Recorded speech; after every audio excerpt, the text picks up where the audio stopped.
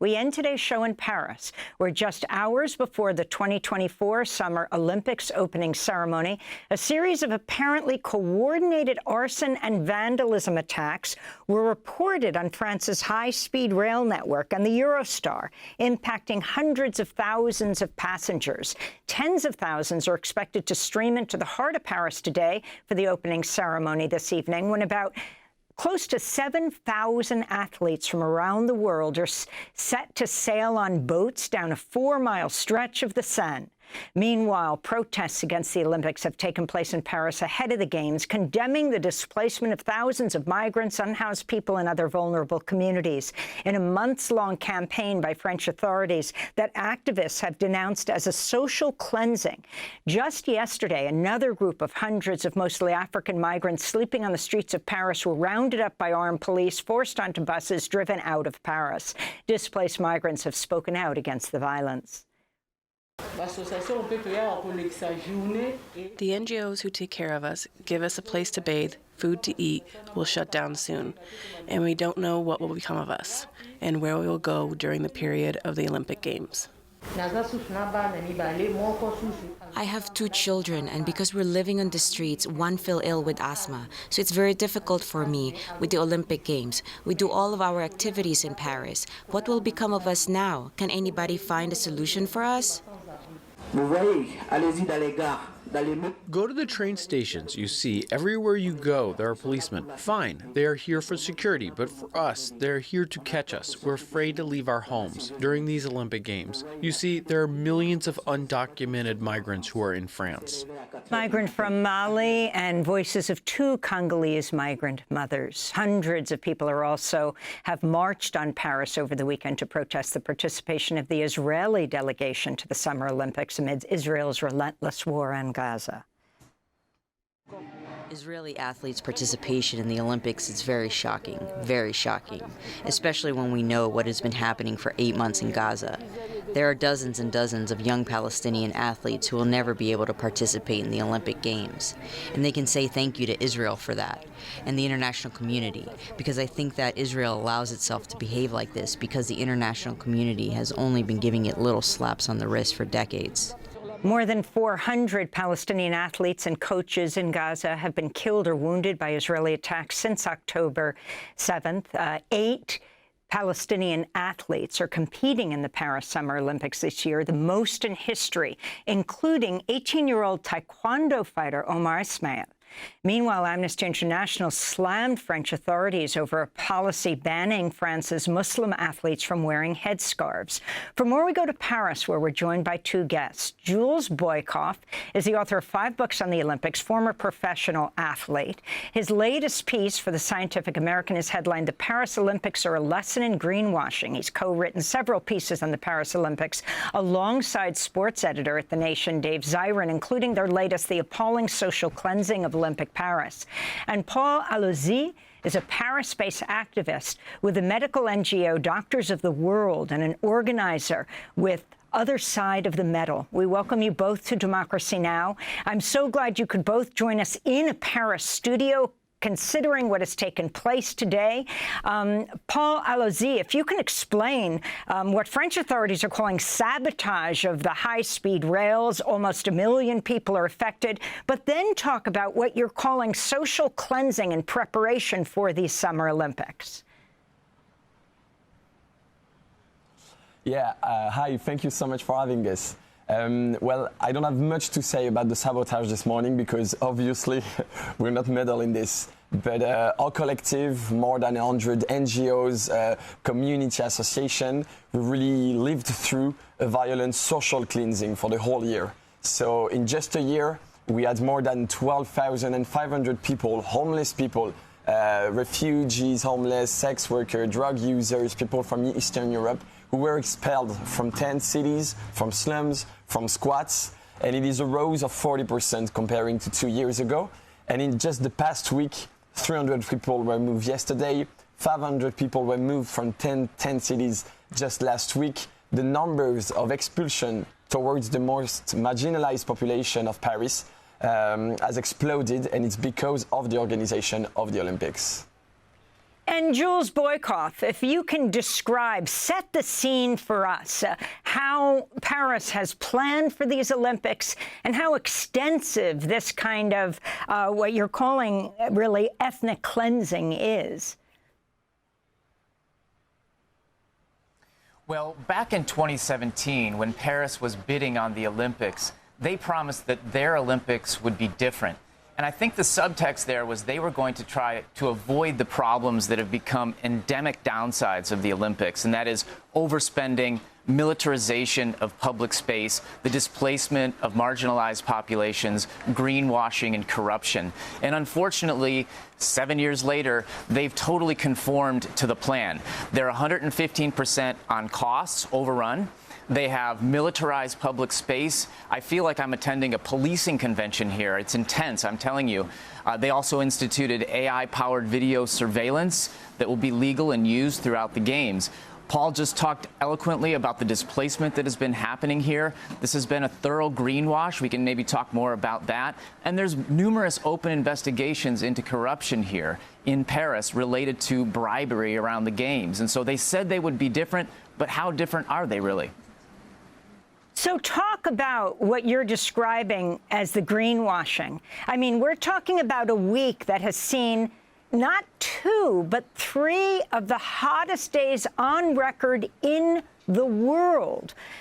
If you can talk about what this greenwashing is about. Absolutely. Well, since the 1990s, the International Olympic Committee has really talked a lot about sustainability and trying to embed it in the Olympic Games.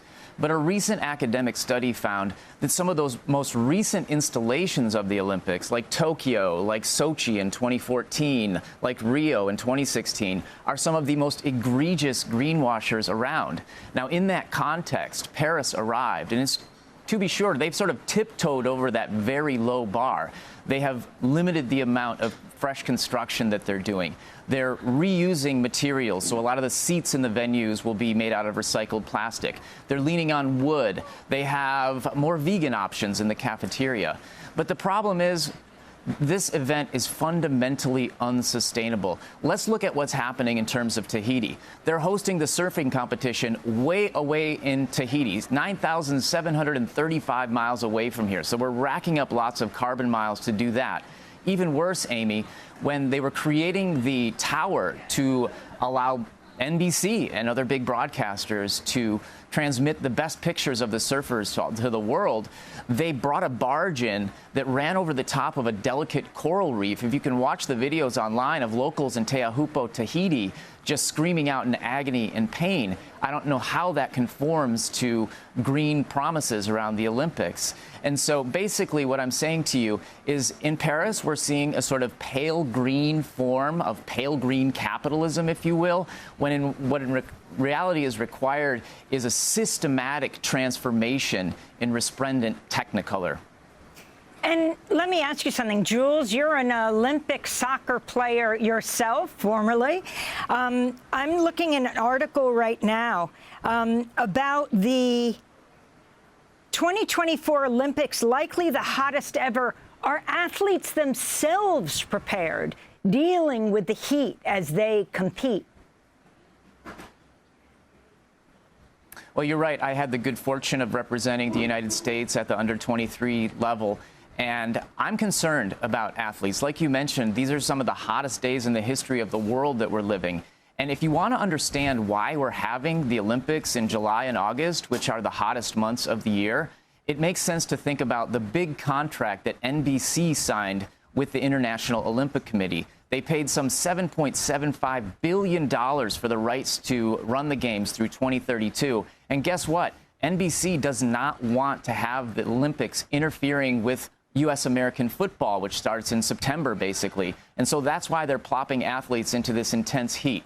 Last Olympics, we learned that athletes were forced to sign waivers that said that if they died of coronavirus or from heat exhaustion, that they couldn't sue the International Olympic Committee. That's the kind of situation that athletes have to deal with if they want to compete in the Olympics in the modern era. I'm looking at some facts and figures. 20% of Olympic nations face extinction from sea level rise and extreme weather by 2030. Also, if you could talk about air travel, international travel, huge contributor to the impact of carbon, to the carbon impact on the Games. That's absolutely correct. Some 85% of the pollution and carbon associated with sports mega events comes from the travel. And that's really not being sufficiently dealt with here in Paris. If the Olympics or other big sporting events like the World Cup actually want to be green, there are a number of things they can do. One, they can make the games smaller. They suffer from something that some people call gigantism. Two, they can figure out ways of instituting measures that are more transparent for all of us to be able to see, like, what they're doing. It's quite untransparent right now in terms of what Paris is actually doing. There's lots of things that could be done right, but we really need to scale back the size of these events if we actually want to make them green. Paul Alauzy, I wanted to continue talking to you about the level of protest around Paris right now. I mean, there was a counter-opening ceremony, if you could describe that for us, and also talk about the Paris mayor, Anne Hidalgo, who is a socialist, and the swimming in the Seine of politicians to show that it is clean enough. Macron, the French president, wanted to swim in it, but people, well, you can describe what people threatened to do if he swam in the Seine. Yeah, sure. So to talk about the organization around and against the Games, it's really tricky to organize against the game because it's a big propaganda machine. It's very strong, and they have an insane security system around it. Of course, they need to prevent any risk of terrorism. Nobody wants that. But for protesters and activists, it's really tricky to do something. So during a year, we organized a lot of, direct action to just pop up when the flame arrived in Paris, pop up in front of ministries, in front of, touristic places. And we managed to do so and to have the images of the protests go around the world, which is good. But none of us asked to the Olympics game, to City Hall, and to the States. We're really done, The social cleansing continued and continued. So I spent, I don't know how many days being in 10 cities and in living expulsions along the Seine. And then we have politicians taking a bath in the Seine and making it the big society of spectacle that, yeah, it's amazing to swim in the Seine. So a lot of French people threatened to, pardon me the expression, but to take a shit in the Seine in order to prevent that and to maybe, disturb the bath of our politicians. And, they used 1.4 billion to clean up the Seine. We just asked for 10 million, so not even 0.1% of that budget to put an emergency plan in order to help the homeless and the refugees and all the population depending on Paris public space. And they even didn't accept that. So we can really see where the political priorities are, And if you can talk about your organization, the other side of the coin, Revers de la Médaille, what does that mean? The other side of the medal, I should say. Le revers de la médaille. Yeah, exactly. The other side of the medal. It means that we are not anti-Olympics. I have a lot of friends. I come from a small village. They love the Olympics. They don't know what's happening in the streets of Paris. And they can cheer up for athletes. That's no problem. It doesn't make them being people who are anti-migrants, anti-solidarity, anti-poverty. So we wanted to showcase to the people and spread the word around that you can support the games, but you need to know that they have a big social impact and they come with a cost. And they come with a cost of the lives of hundreds, thousands of people being mistreated, People, they go through migration. They went through Libya. They went through the Mediterranean Sea. They arrive here, and what they have is a police response. It is so violent to live through that. And the games, they were so different 130 years ago. They were only for male. They were only for white people. They were even organized with the Nazis. So even now, after a year of protesting the games, I'm deeply convinced that if we continue to do so all around the world, we can still transform them for the better. Jules Boykoff, if you can talk about the calls for Israel not to be included in the Olympics. 8 Palestinian athletes are competing in this year's Olympics.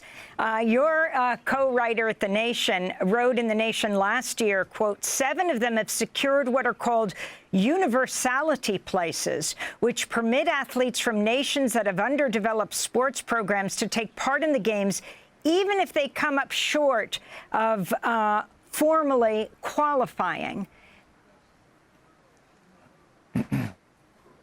Jules. Absolutely. So, first of all, at the protest that Paul organized last night, there was a huge pro-Palestinian rights presence there. I've seen it on the streets all around this city.